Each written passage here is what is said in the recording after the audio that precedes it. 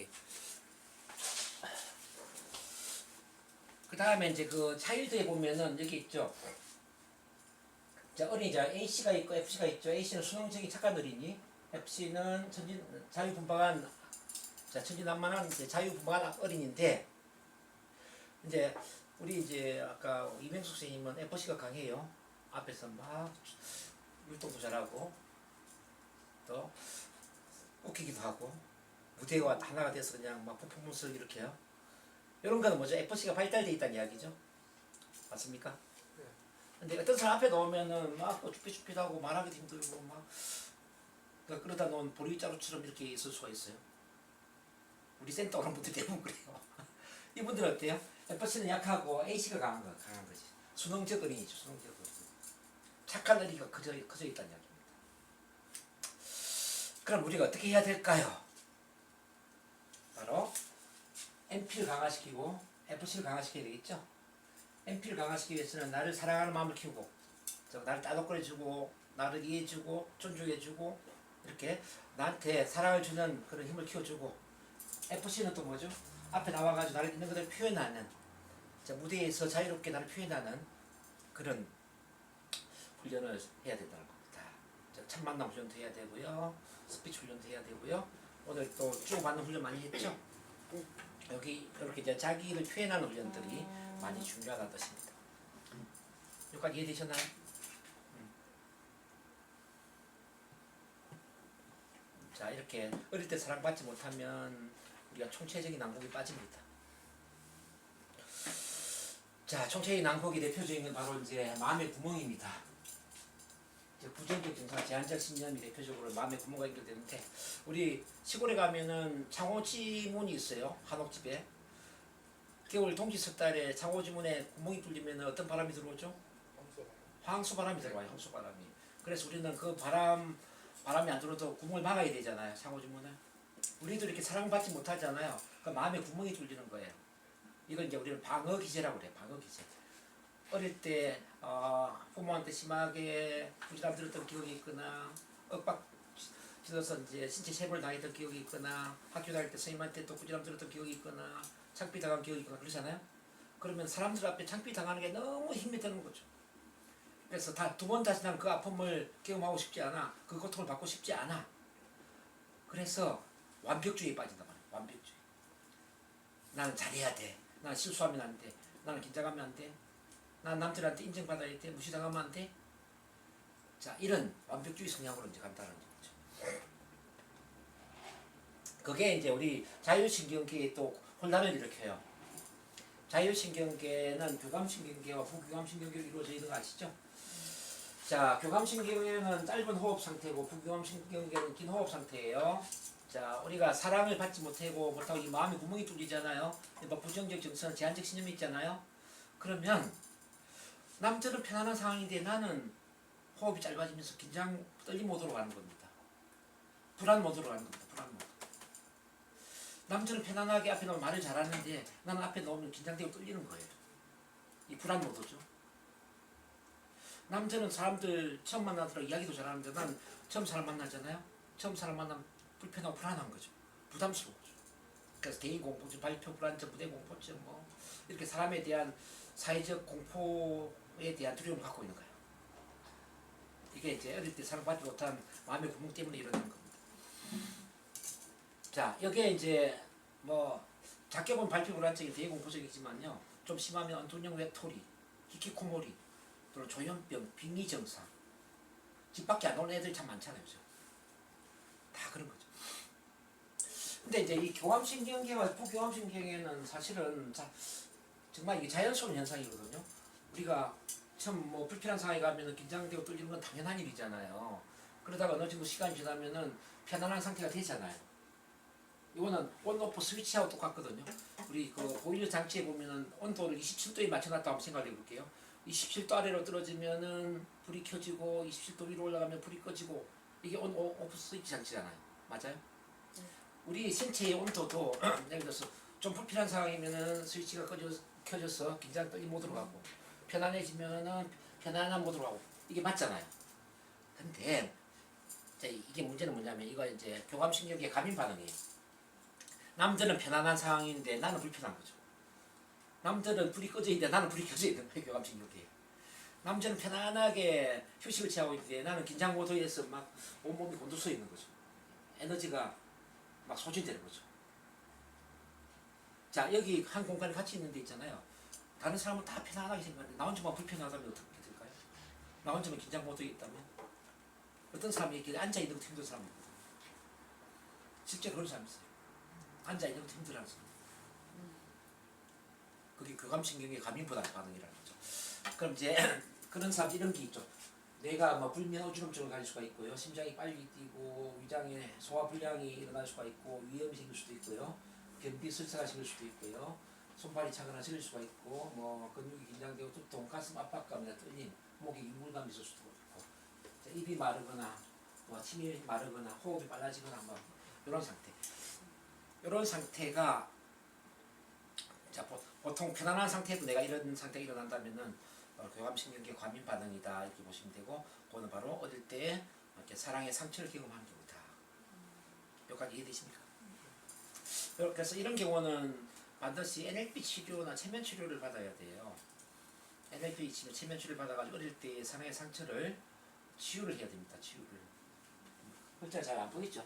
제 목소리에 집중하세요. 잘 안 보이죠? 그래서 이제 이거는 잠재의식, 무의식 속에 깊이 각인되어 있는 사랑의 상처이기 때문에 일반 웃음 치료나 뭐 일반 심리 치료는 도움이 그렇게 되지가 않아요.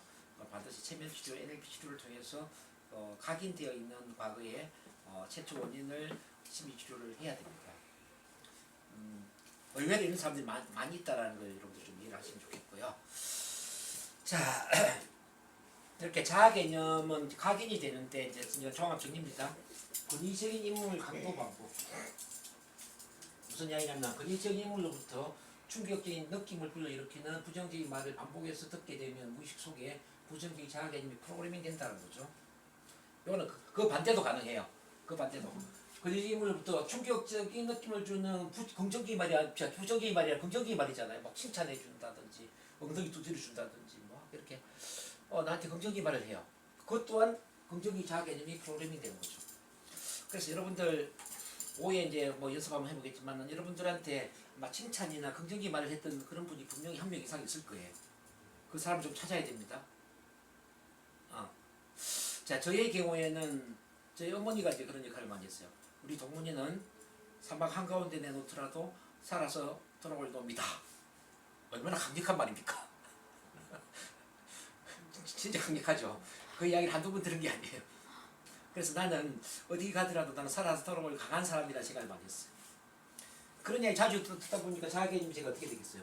부정적으로 갔겠어요? 긍정적으로 갔겠어요? 긍정적으로 갔겠죠.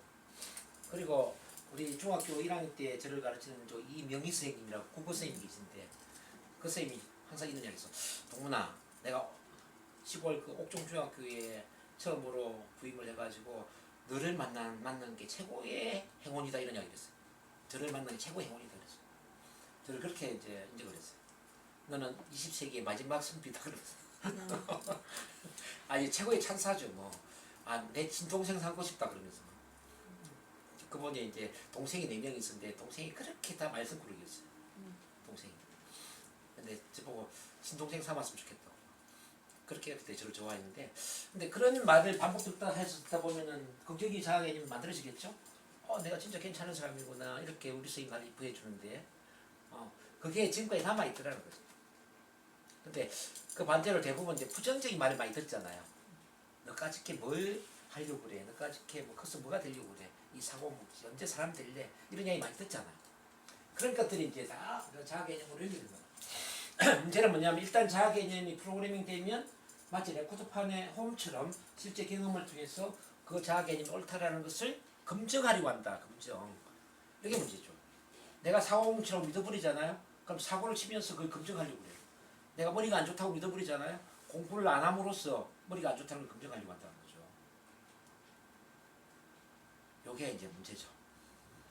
일단 자아 개념이 각인돼 버리면은 이거는 거의 평생 바뀌지 않습니다. 평생. 근데 바뀔 수 있는 방법이 있어요. 근데 이건 희소식이에요.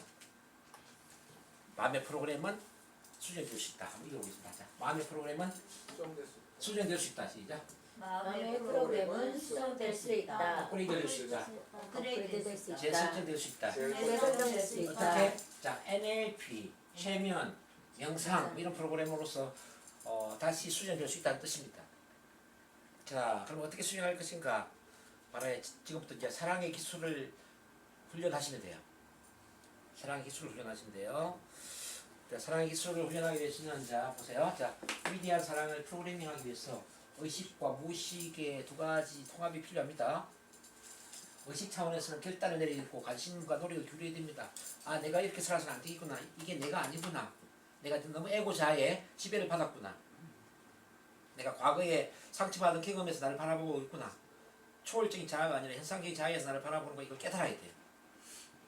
그리고 나는 다시 새롭게 초월적인 자아로서, 즉 신성 자아로서 나를 있는 그대로 사랑하고 받아들이겠다는 결심을 해야 되죠. 그래서 결단을 가진다는 노력입니다. 그리고 그 신성 자아의 새로운 프로그램이 자리 잡을 때까지 여러분들이 이제 훈련을 하거나 또는 치유를 하거나 변화 작업을 해야 됩니다. 자, 그럼 어떻게 되느냐 그걸 알기 위해서 자, 두 가지가 중요합니다. 두 가지. 첫 번째는 지지감과 해소감과 통제감을 키우는 훈련이 필요합니다. 자, 인간은 충분히 지지를 받아야만 자기를 받아들이고 사랑할 수 있어요. 이게 무슨 말이냐면 인간은 사랑받아야만 나를 사랑할 수 있다는 거죠. 한번 따라해 보겠습니다. 자, 인간은 사랑받아야만 인간은 사랑받아야만 자신을 사랑할 수 있다. 자신을 사랑할 수 있다. 이거는 애나 어른이나 똑 마찬가지. 누군가가 나를 사랑해 줄 때 내가 나 자신을 사랑할 수 있단 말이에요. 받지 않으면은 사랑하는 게 쉽지가 않아요. 그래서 꽃에 물을 주어야 살지만은 인간은 사랑을 표현해야만 살 수가 있다는 거죠. 자, 인간의 그 육체적인 에너지는 어떻게 해서 만들어지냐면 새끼밥을 먹어야 되죠. 그렇죠? 육체적인 에너지 새끼밥하고 어떤 산소잖아요. 산소를 우리가 이제 숨을 쉬면서 에너지를 얻는 거 아닙니까? 맞아요? 자, 우리가 심리적으로 에너지를 키우고 심리적으로 숨을 쉬기 위해서도 심리적인 산소가 필요하고 심리적인 에너지가 필요하거든요. 그 심리적인 에너지는 뭘까요? 자, 심리적인 에너지에 해당되는 게 바로 사랑을 받는 겁니다. 자, 관계 속에서 사랑을 받는 겁니다. 그래서 인간은 만남으로 자란다. 저쪽 벽에 보면 이렇게 붙여져 있어요. 인간은 만남으로 자란다. 자, 이거는 제가 한 20년 전부터 신봉해온 거죠. 인간은 만남으로 자란다. 그래서 사랑이 깃든 만남을 통해서 인간은 자신을 사랑할 수 있다라는 겁니다. 그러면 사랑받는 환경이 뭐냐? 이게 뭐 참만남 심리가족 스폰서십이라 나와 있어요. 뒤에서 다시 설명하겠지만은 무조건의 수용과 존중, 공감적 이해, 진정성 있는 참만남 속에서 자, 사랑받는 그 느낌이 계속 반복될 때 우리는 지지감이 커지는 겁니다. 자, 이 지지감 속에서 우리가 해소감을 키우게 돼. 해소감을 키우기 위해서는 오늘 오후에 또 훈련하겠지만 내면의 자아 개방을 하고요. 즉 실컷 이야기하기. 자, 실컷 이야기한다 시작. 실컷 이야기하기. 내 속을 터놓고 실컷 이야기하는 게 참 중요하고요. 자, 발声과 웃음, 노래, 율동, 운동. 오늘 우리 이명수 선생님이 율동, 노래 너무 좋았죠? 네. 네, 이게 굉장히 중요하단 말이에요. 해소하는데 꼭 필요하단 말이죠. 그리고 이제 NLP 체면 치료를 하는 것. 여기 빨리 얘기하면 이제 명상 훈련을 하는 거, 명상 수행하는 것. 마찬가지로 이게 다 해소하는 거예요. 명상에서 특히 이제 버리기, 우리 자등 스님 하는 거 버리기 있었죠? 버리기, 죽이기, 뭐 다지기, 뭐 이런 여러 가지 있었는데 그게 다 해소하는 데 필요한 겁니다. 에고를 죽여야 돼. 에고. 이렇게 지지감, 해소감이 커지다 보면은 이제 우리 통제감이 커져요. 통제감. 내 마음을 통제하고 내 삶을 통제할 수 있는 힘이 커져요. 통제감이 있는지 없는지를 알기 위해서는 내가 감사의 관점으로 바라보느냐 일단 봐야 돼. 감사. 내 관점이 감사의 관점이냐 이유 변명의 불평 불만의 관점이냐 이걸 봐야 돼. 자, 나는 내 삶을 감사로 바라본다. 거기 갔다 가세요. 자, 이미 통제감을 갖고 있는 거죠. 그 다음 참사랑. 자기를 온전히 자기의 부족한 점도 받아들이고 사랑하느냐를 봐야 돼. 자, 나는 나의 부족한 점도 받아들이고 사랑한다. 거기 갔다 가세요. 나의 부족한 점도 받아들이고 사랑한다. 자, 그러면은 여러분들 통제감을 갖고 있는 겁니다. 자, 자기 책임. 자, 모든 건 내가 책임진다. 나는 이유 변명을 하지 않는다. 거기 갔다 가세요.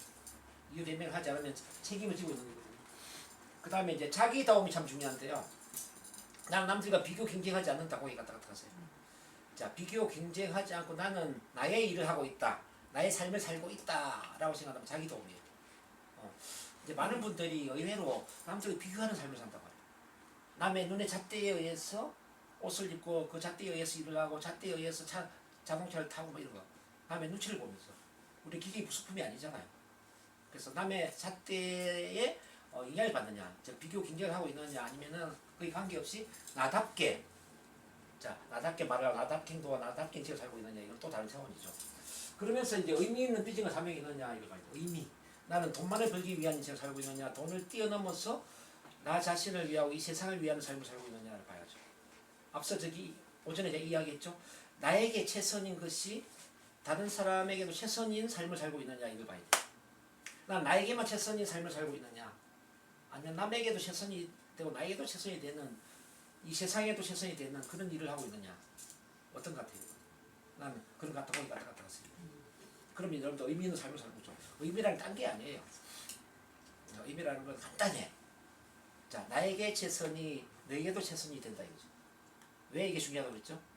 너와 나는 하나이기 때문에.